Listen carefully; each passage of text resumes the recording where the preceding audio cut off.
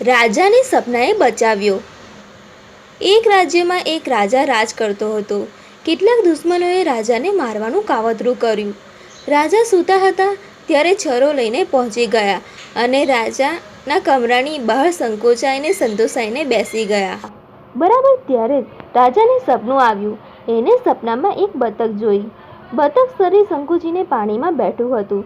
રાજા ઊંઘમાં જ બોલ્યો, કુક્કડ મુક્કડ બેઠા છે।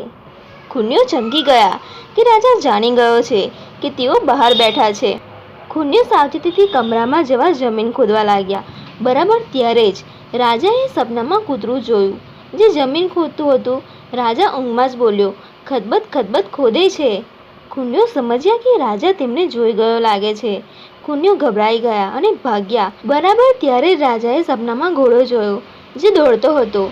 રાજા ઊંઘમાં જ બોલ્યો, ધડબડ ધડબડ દોડે છે। હવે તો ખૂન્યોને લાગ્યું કે રાજા એમને જોઈ ગયો છે એટલે એમને પકડીને ફાંસી જ આપી દેશે। ખૂન્યો રાજ્ય છોડીને જ ભાગી ગયા। આમ રાજાને સપના આવ્યા, એમાં અનાયાસે જ રાજા બચી ગયો।